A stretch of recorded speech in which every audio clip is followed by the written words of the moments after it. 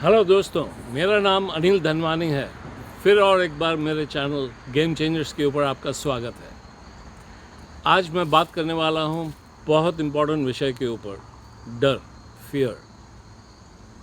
Fear हमें क्यों होता है, फियर क्या चीज़ होती है और फियर हमको कैसे बर्बाद करती है, कैसे हमको रोक कर रखती है, कैसे हमारे ऊपर जंजीरों में जकड़ के रखती है। ये बहुत इम्पॉर्टेंट फैक्टर है दोस्तों, बड़ा इंटरेस्टिंग सब्जेक्ट है। बिल्कुल बेखौफ बेडर बना दूंगा आपको। ध्यान से सुनिएगा एंड तक। Thank you.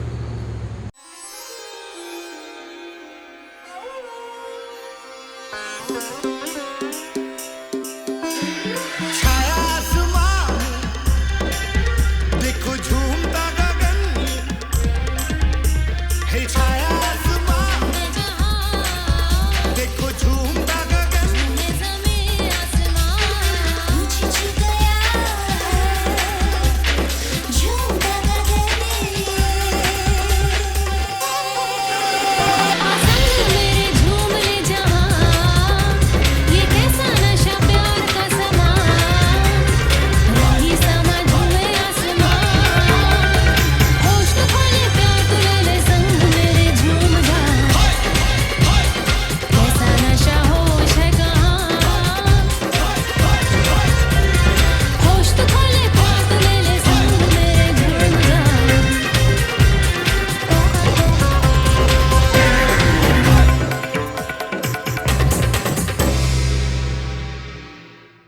हाँ तो दोस्तों, डर मोस्टली दो किस्म के होते हैं। एक इमेजिनेटिव होता है और एक ऑथेंटिक होता है। डर लेकिन मोस्टली जिन चीज़ों का डर हम फेस करते हैं, महसूस करते हैं एवरीडे लाइफ में, वो मोस्टली काल्पनिक होता है, इमेजिनेटिव। तो इमेजिनेटिव फियर ऐसा है कि फ़र्ज़ करो अगर किसी को या आपको 3 सालों की इनकम टैक्स पे करनी है और आप इमेजिन करके आप डरते रहोगे कि अगर मैंने इस टाइम पर ये नहीं पे की तो ये सज़ा होगी, वारंट आ जाएगा, ब्ला ब्ला ब्ला। आदमी अपने रैकेट्स रन करते रहता है और डर में, खौफ में रहता है। लेकिन ये उसका हल नहीं है, ये सिर्फ इमेजिनेटिव है। ये इस चीज़ को आपको डिस्टिंग्विश करना है। इसका सॉल्यूशन है आप एक्शन लें, है ना। और दूसरा होता है ऑथेंटिक किस्म का डर। फ़र्ज़ करो हम बाज़ार में हैं, टेररिस्ट आके मशीन गन्स उड़ा के चला रहे हैं वगैरह, हमारे सामने लोग मरते जा रहे हैं। वो है एक ऑथेंटिक फियर। अब हमको भी गोली लग सकती है, हम भी मर सकते हैं, ये असली फियर है। और फ़र्ज़ करो आप 20th फ्लोर के ऊपर है, बहुत अर्थक्वेक हो रही है, सामने वाली बिल्डिंग गिर गई है, आपके इधर सारा फर्नीचर स्लाइड वगैरह हो रहा है। हाँ तो फ़र्ज़ करें कि अर्थक्वेक हो रही है, सामने वाली बिल्डिंग बहुत हिल के अभी गिर गई है, आपके बिल्डिंग में भी फर्नीचर पूरा इधर उधर स्लाइड हो रहा है वगैरह। वो एक ऑथेंटिक डर है कि अभी आपकी बिल्डिंग भी गिर जाएगी, आप भी मर सकते हो। ये एक ऑथेंटिक फियर है, ये असली फियर है। ये उस वक्त ही फेस किया जाता है जब आदमी उस सिचुएशन में होता है। लेकिन काल्पनिक फियर्स में जीना ये सही नहीं है। इससे आदमी का बहुत स्ट्रेस, एनर्जी वेस्ट होना, खौफ में रहना, इससे आदमी का पोटेंशियल ही नहीं, टाइम भी बहुत बर्बाद होता है। और you spread this aura around you. आपका माहौल भी इस डर की वजह से बहुत अच्छा नहीं होता। हाँ तो दोस्तों, तो हमने एक काल्पनिक फियर में नहीं जीना चाहिए। एक ऑथेंटिक जो फियर है, अगर आप वैसी सिचुएशन में हैं जैसे टेररिस्ट गोलियां चला रहे हैं या कहीं आग लगी हुई है, अर्थक्वेक, अभी आप मर सकते हो, वो एक चीज़ है जो असली किस्म का फियर है। आदमी वो तब फेस करे जब वो सिचुएशन में होता है। लेकिन काल्पनिक फियर में रहते रहना, वो दूसरों को भी बड़ा बैड इन्फ्लुएंस करता है आपके अराउंड। आपका तो टाइम ख़राब होता ही है, आपको स्ट्रेस और हेल्थ प्रॉब्लम्स तो उसके साथ होते ही हैं। आपकी क्रिएटिविटी कम्प्लीटली बंद हो जाती है, शट डाउन। आप कुछ अगर डर है आपको, आप डर और खौफ में रह रहे हो, तो वहाँ पे क्रिएटिविटी तो होगी नहीं। आपका डे टू डे काम भी बड़ा इम्पीड होता है, बड़ी रुकावटें आती हैं उसके अंदर। तो आदमी ने ये डिस्टिंग्विश करना चाहिए बिना अपने बिसाइड्स अपने रैकेट्स के इस किस्म का फियर। और फियर इसके अंदर भी दूसरे भी किस्म के फियर्स होते हैं। फियर ऑफ ओपिनियंस, जैसे कल ही मैंने ओपिनियंस का वीडियो बनाया, दूसरों के राय का डर। दूसरों की राय डजंट मैटर रियली, क्योंकि वो एक उनकी जजमेंट्स हैं। उनकी जजमेंट्स आज वैलिड हैं, कल वैलिड नहीं रहेगी, उनके ओपिनियंस चेंज होते रहेंगे। आदमी ने फियर ऑफ ओपिनियंस में भी कभी नहीं रहना चाहिए।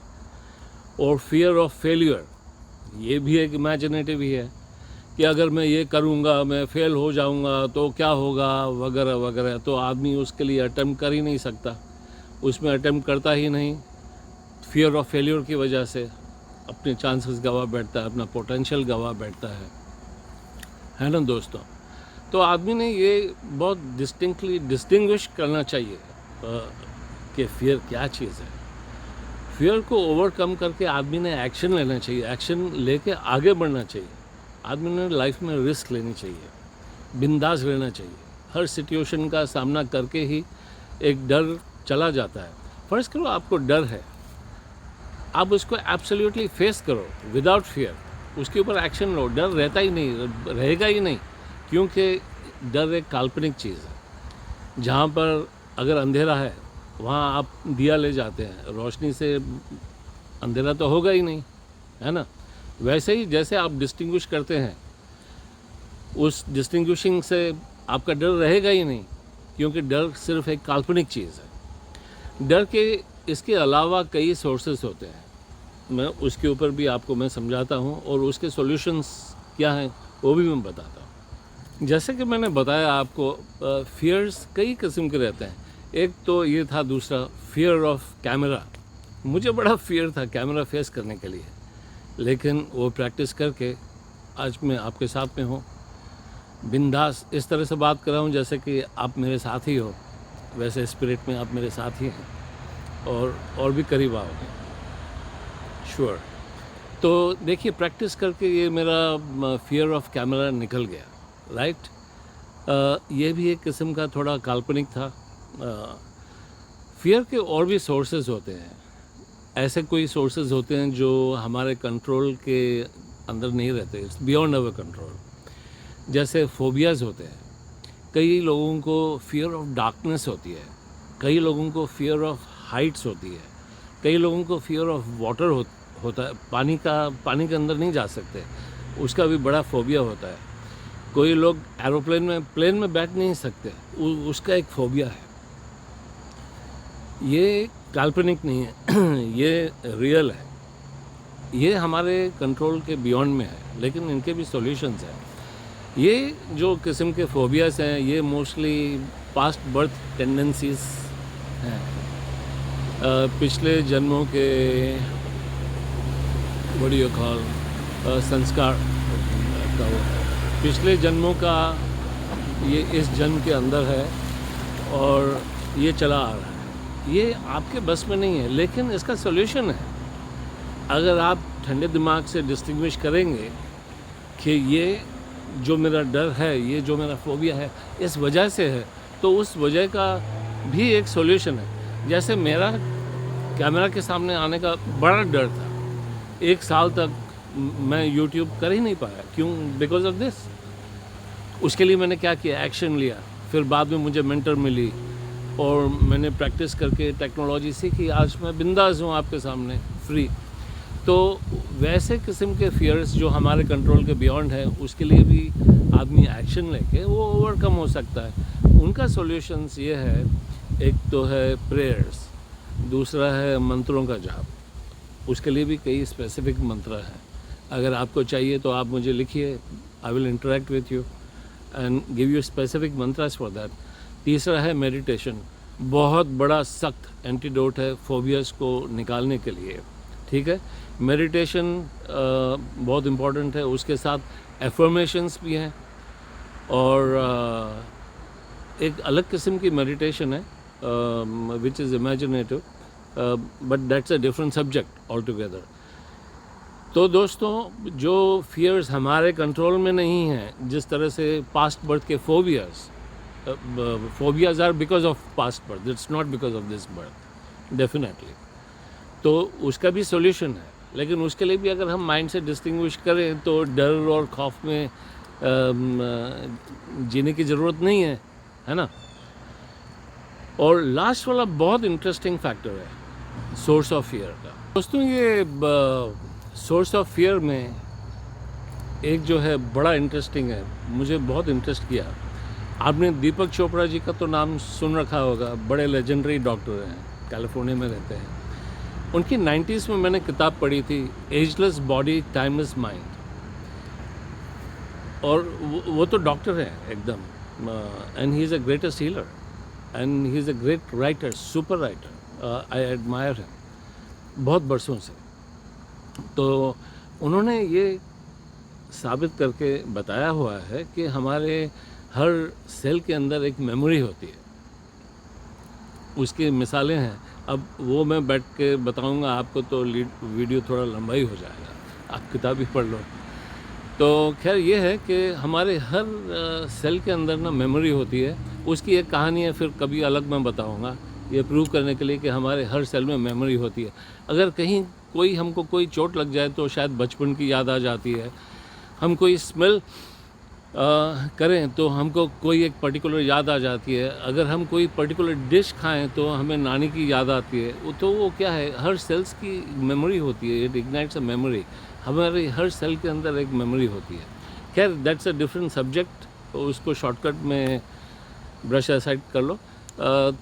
तो सोर्स ऑफ फियर के ऊपर ये है कि स्लॉटर हाउसेस जहाँ पर एनिमल्स काटे जाते हैं, आपने कभी देखा है कि कोई कसाई गाय को कभी खींच के ले जाते हुए आपने देखा है कभी? कितना वो रेजिस्ट करती है, बहुत ज़बरदस्त। और वही गाय एक शेपर्ड के साथ क्या कहते हैं, गावले शेपर्ड के साथ भी बहुत अच्छी तरह इजीली चली जाती है ना, उसको समझ आती है। लेकिन ये जो कसाई उसको खींच के लेके जाता है, बहुत स्ट्रॉन्ग रेजिस्टेंस होता है उसमें। फिर स्लॉटर हाउसेस में वो लाइन के अंदर बंधे हुए रहते हैं। एनिमल्स को पता चलता है कि उनका नंबर अभी आने वाला है। कितना फियर, कितना टेरर में रहते हैं वो लोग, बहुत बेबसी में, टोटल बेबसी और इतना बड़ा डर। तो क्या होता है फिर जब उनकी गर्दन कटती है वगैरह, ये वो उनके रोम रोम में, हर सेल में वो इतना फियर, टेरर, हेल्पलेसनेस वो जमी हुई रहती है और हम वो खाते हैं। This is a source of fear. Directly वो सेल्स की मेमोरी हमारे अंदर डायरेक्ट ट्रांसम्यूटेड होती है। इसका लाइव एग्जाम्पल दीपक चोपड़ा जी ने दिया है। I am compelled to tell you that story, बड़ी इंटरेस्टिंग स्टोरी है। एक बार एक नन थी, नन जो होती है मतलब चर्चेस में वो कुंवारी ही रहती है, नन्स दे आर वर्जिन्स। तो एक नन का एक हॉस्पिटल में हार्ट ट्रांसप्लांट हुआ। हार्ट ट्रांसप्लांट होने के बाद में सडनली उस नन को बहुत तड़प होती थी कि उसको बियर पीनी है और चिकन मैगनगेट्स खाने हैं। किसी को भी ये बात समझ नहीं आई, साइंटिस्ट, साइकाट्रिस्ट वगैरह। फिर बाद में साइंटिस्ट लोगों ने ये विचार किया कि ये हार्ट डोनर का पता करना चाहिए। मोस्टली ये जो हार्ट डोनर्स होते हैं वो गुप्त होते हैं, वो उनकी आइडेंटिटी डिस्क्लोज नहीं होती ज़्यादा करके। उसको आइडेंटिफाई किया गया। वो 27 साल का नौजवान लड़का था जो बियर पी के टाइट होकर मस्त चिकन नगेट्स वगैरह खाकर ना वो कार एक्सीडेंट में मर गया। And he was a donor. तो उसका जो हार्ट ट्रांसप्लांट हुआ तो now you get to know कि उस सेल्स जमे हुए थे, सेल्स की मेमोरी होती है। ये नन तो कभी ज़िंदगी में बियर वगैरह पी नहीं थी। तो ये शॉर्टकट में ये है कि हर सेल में मेमोरी होती है और हम वो खाते हैं। उसका भी एक इलाज है।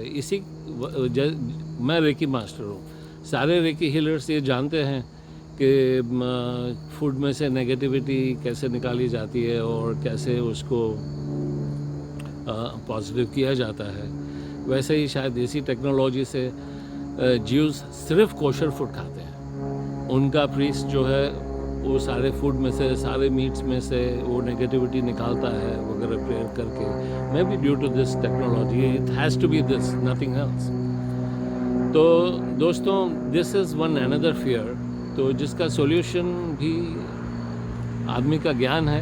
और अगर जो खाना खाने से पहले या तो आप नॉनवेज ना खाओ, और जो खाने वाले हैं तो ये आदमी डिस्टिंग्विश कर ले। दोस्तों, इस वाले चीज़ के अंदर स्पेशली वो लोग जो एक पर्टिकुलर स्टार साइन के इन्फ्लुएंस के अंदर रहते हैं, जिनका शनि का, राहु केतु का बहुत नेगेटिव प्रभाव है, जिनके ऊपर उनके ऊपर मोस्टली इस तरह का असर बहुत ज़्यादा देखा गया हुआ है कि उनको हर चीज़ की हर सोर्स ऑफ फियर का ज़्यादा इफ़ेक्ट होता है उनके ऊपर।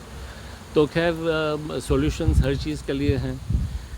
मोटा मोटी एक बात, फियर एक इमेजिनेटिव चीज़ है, तो ये आप डिस्टिंग्विश करें। अपने माइंड के रैकेट्स वो डिस्टिंग्विश करें, फियर्स डिस्टिंग्विश करें, और एक्शन लें। डरने की कोई ज़रूरत नहीं है। Action is everything. Take solution with your clear mind. ठीक है दोस्तों, बिंदास रहो, निडर रहो। क्या होगा, ज़्यादा में ज़्यादा क्या होगा, कुछ नहीं होता। ठीक है, और आप अगर एक बार डिटरमिन्ड रहोगे कि आपको ये फियर ओवरकम करना है, और आप डिसाइड कर लो कि आपने उसके ऊपर एक्शन लेना है, वंस यू नो इट, जब आप एक्शन लेते हो ना, कुदरत आपकी मदद करेगी। आपको सॉल्यूशन जहाँ कहाँ से मिलते चले जाएंगे। आप करके तो देखो। और लाइफ में दोस्तों, go for a big game. आदमी को बड़ी रिस्क लेनी चाहिए, उसके बगैर आदमी बड़ा बन भी नहीं सकता और कुछ होता भी नहीं है। तो overcome your fear of failure. Fear of failure खली वली कर दो अंदर से, मस्त एक्शन लो, रिस्क लो, लाइफ में आगे बढ़ो। ठीक है, कैलकुलेटेड रिस्क, स्मार्ट रहो। आई होप आपको ये वीडियो आज का अच्छा लगा होगा। प्लीज़ निडर रहिए, बिंदास रहिए, किसी चीज़ से डरिए मत। हर चीज़ का सामना कीजिए। सामना करने में मज़ा है, एकदम फर्स्ट क्लास, है ना। बहादुरी भी यहीं से निकलती है। ठीक है, डर भी यहीं पर ही होता है। तो डर को निकालिए, बिंदास रहो, बहादुर रहो। And subscribe for me, get in touch with me, right comments, like share करो, बिंदास, and stay in good touch. Thank you, God bless.